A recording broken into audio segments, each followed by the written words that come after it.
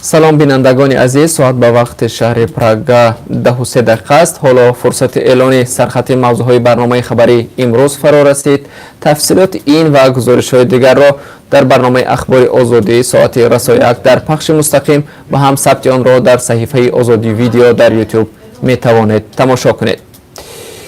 پرچم نصب کنی ها در ورخ باعث سنگپرتایی و کشتار و جراحت ساکنان شد. روز 22 ایول در محله تاجیکان جماعت ورخ اسفره که مرز تاجیکستان و قرقیزستان است، میان ساکنان دو جانب زد و خورد به عمل آمد. ساکنان قرقیزستان از سلاح آتش فشان کار بردند و در نتیجه یک ساکنی ورخ کشته و 5 تن دیگر زخمی شدند.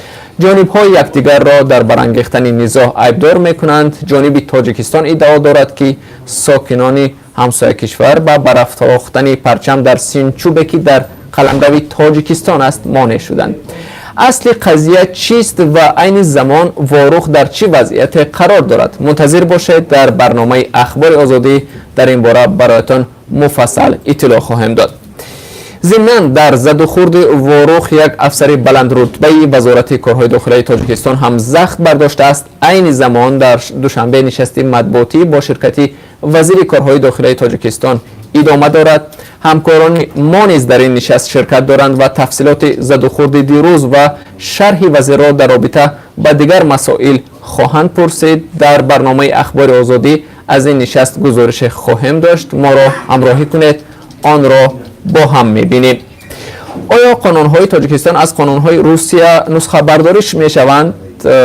خبرنگاران در تاجیکستان این سوال را با مسئولان مرکزی قانونگذاری مطرح کردند و همکاران ما نیز با محتوای قانون‌های کشور رجوع کردند که تا کجا آنها شبیه قانون‌های روسیه هستند. آیا قانون‌های نسخه برداری شده برای جامعه تاجیکستان سازگار است؟ پاسخ این سوال را در گزارش خواهید دید که در برنامه اخبار آزادی برایتان نمایش می‌دهیم. تلاش صاحب شدن به منزل پس از 26 سال. در سالهای جنگ شهروندی در تاجیکستان بسیاری از ساکنان دوشنبه از جمله روستاباران منزل‌های خود را ترک کردند. تاتیانا ایخووا قهرمان گزارش ما نیز از همین قبیل است. با گذشت 26 سال او به دوشنبه برگشته، همکنون تلاش دارد خانه‌اش را که کسی دیگر آن را گرفته است برگرداند. تا کجا او در این راستا میتواند موفق شود؟ در برنامه اخبار برایتان خواهم گفت.